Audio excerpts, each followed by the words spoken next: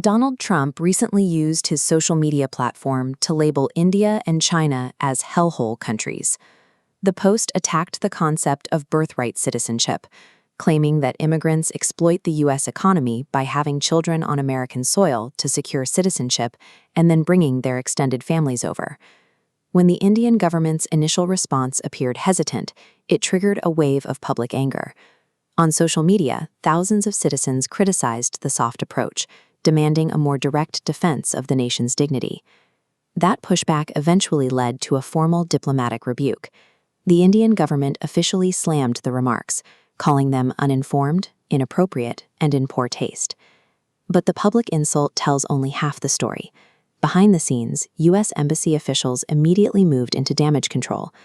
They understand that while rhetoric wins votes, America's actual leverage in the region is undergoing a significant change. U.S. long-term strategic plans now center on a deep partnership with India. In a world of constantly shifting global alliances, Washington views New Delhi as its most vital partner for the coming decades. This shift is driven by a realization that traditional allies like the UK and France no longer carry the same weight in global projections. As these historical powers see their geopolitical influence recede, India's importance to the U.S. continues to grow. The most tangible driver is manufacturing.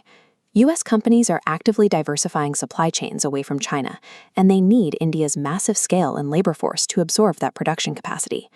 This chart shows the projected path for U.S.-India trade. If current manufacturing trends hold, total trade volume is expected to hit $500 billion by the year 2030. U.S. diplomats scramble to repair the damage from political insults because they know the stakes. America cannot afford to alienate a $500 billion manufacturing partner over a social media post. There is a historical precedent for this shift. In the early 2000s, U.S.-China trade began a period of explosive growth that transformed both economies. As the U.S. started purchasing massive volumes of manufactured goods from China, the sheer scale of the dollar flow began to impact the value of China's local currency. In the early 2000s, $1 bought about 8 Chinese yuan. As trade increased, the yuan strengthened to 6 per dollar. India follows a similar trajectory. As the U.S. buys more from Indian factories, analysts expect the rupee to strengthen by 2030. A stronger currency has a direct impact on the ground, increasing the purchasing power of the average citizen and raising the overall standard of living. This financial shift changes the nature of the partnership. Currency appreciation moves India from being a developing nation reliant on foreign investment to an economic equal with significant leverage on the world stage. But while the economic numbers look promising, the political reality for Indians currently living in the United States is becoming increasingly difficult.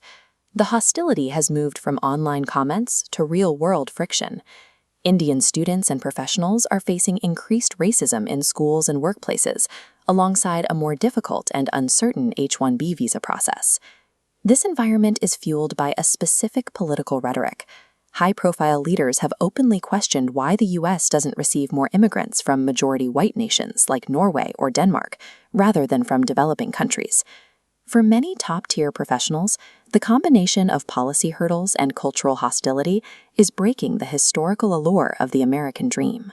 When you combine the growing opportunity in India with the rising hostility in the U.S., you get a new phenomenon, a massive reverse brain drain.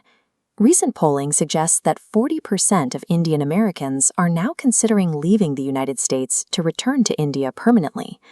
If this trend continues, it threatens to drain talent from the U.S. tech and innovation sectors while providing an immediate boost to India's domestic economy. India's growing economic weight has changed the terms of the relationship. New Delhi now has the leverage to demand mutual respect, and if Washington fails to provide it, they risk alienating the very partner they need to compete in the 21st century.